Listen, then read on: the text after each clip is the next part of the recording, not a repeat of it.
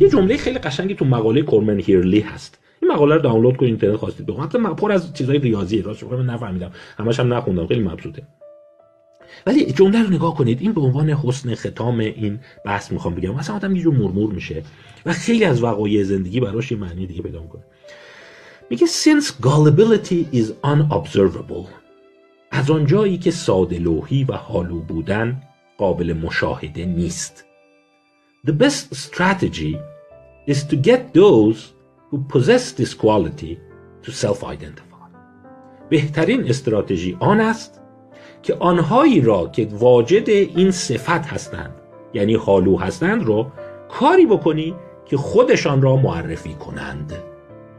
این خیلی نکتهش ظریفه. یعنی استراتژی کلاهبرداری در این است، عوام فریبی در این است، جوری عمل کنی که حالوها خودشون اعلام کنن ما حالوییم، که بعد تو فرصت پیدا کنی اونا رو استثمار کنی، کلاه بذاری سرشون، حساب بانکیشون رو خالی کنی، نمیدونم گولشون بزنی، محصول بنجل تو بهشون بفروشی. برای همینه که در واقع نایجریان اسپم خیلی احمقانه است. خیلی ادعاهای این فرقه ها احمقانه است.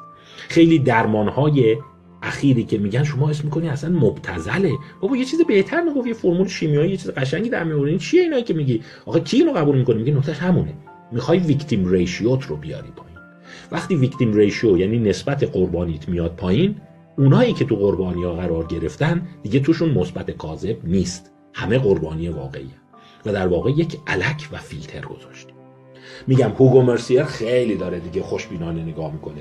میگه وقتی شما میبینید تو خیلی از این فرقه ها، توی این لینک های اینترنت، مثلا میبینی 5 میلیون فالوور داره، یه ادعایی میکنه خیلی چرنده، حرفی میزنه خیلی مبتذله، خیلی مستهجنه. آخه بابا تو 5 میلیون فالوور داری، چرا داری همچین حرف میزنی؟ در حرف سطح بالاتر بزن.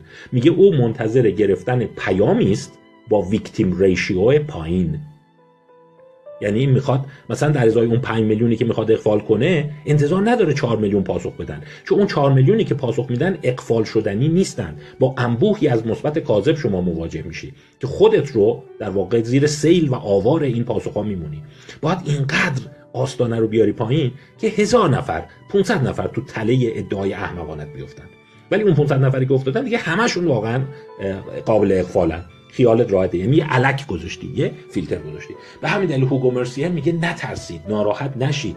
اگه شما میرید میبینید این حسابهای فالوور دار میلیونی چه چرندیاتی تحویل مردم میدن، اینه که مخاطب اینا اون 5 میلیون 10 میلیون فالوورش نیست، مخاطبش اون ریشیو یا اون نسبت یا تناسب 1 در 100,000.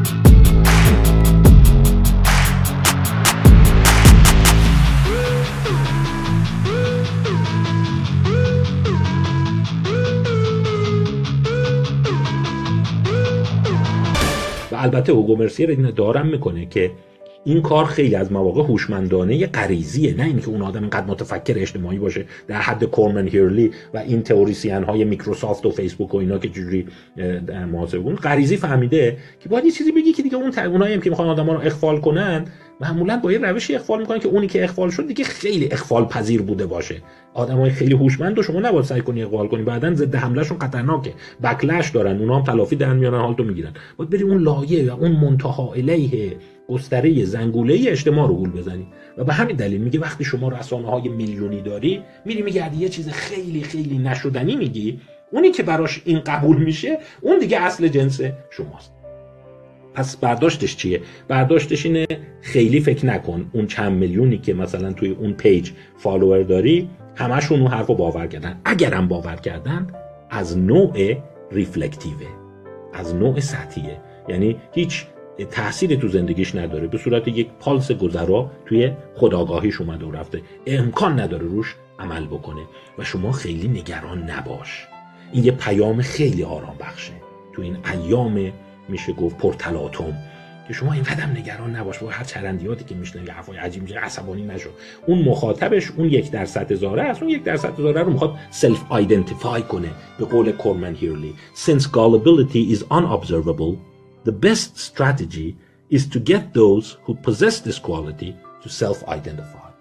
نباید لو اگرم دوستان عزیز، حالا عذر میخوام توهین به شما نشه، دارید این فایل رو گوش میدید، شما واجد صفت گول خورندگی یا حالو شدن یا اغفال پذیری هستی، یک نکته خیلی مهم اینه که تا زمانی که این صفت رو استتار کردی و کسی پی نبرده در امانی.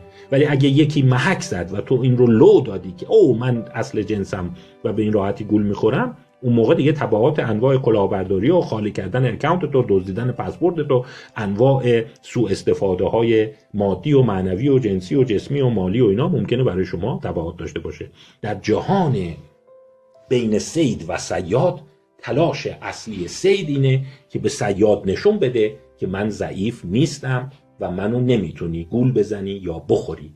ولی وقتی لو رفت موضعت، اون موقع تو سیبل هدف اون صیاد قرار خواهی گرفت.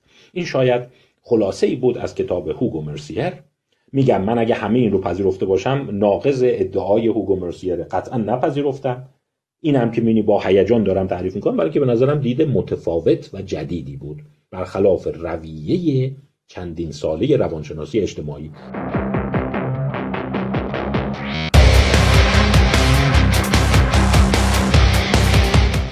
صبحتون بخیر. بچه‌هایی که توی صندوق سرمایه‌گذاری ما شرکت کردند بهشون تبریک میگم. مهدی، لیلا، فرانک و سعید گل به تو تبریک میگم و اینکه این نقطه آغاز کاره و ما برنامه بلند مدت و طولانی مدت داریم با سوددهی‌های بالا و همونطور که بهتون گفتم این صندوق برای این تأسیس شده که فراوانی رو و ثروت رو ترویج بده و شما رو از لحاظ مالی قوی بکنه. خب میریم یه سر بزنیم ببینیم که صندوق در چه حاله و چه اتفاقی داره میفته. خب میزنیم بهش. یه دونه اسکوتره. Boys! Hey, Tom. How are you? Great, how are you? Awesome. Guys, I got some more cash here to invest in crypto. Yeah. Yeah. Let's see how much we got. Let's see. All right. We're good. That's from Saeed. And that's for Mehdi. And these guys have invested about 40 grand with us. What do you think, Juan? What do they need to invest in? What are we going to invest in? Well, there's a bunch of stuff to buy in crypto. I'd probably say Cardano and Ethereum. Looking for a bounce off of this low. You want to buy it when it's down because that's when you're going to make the most money. Right.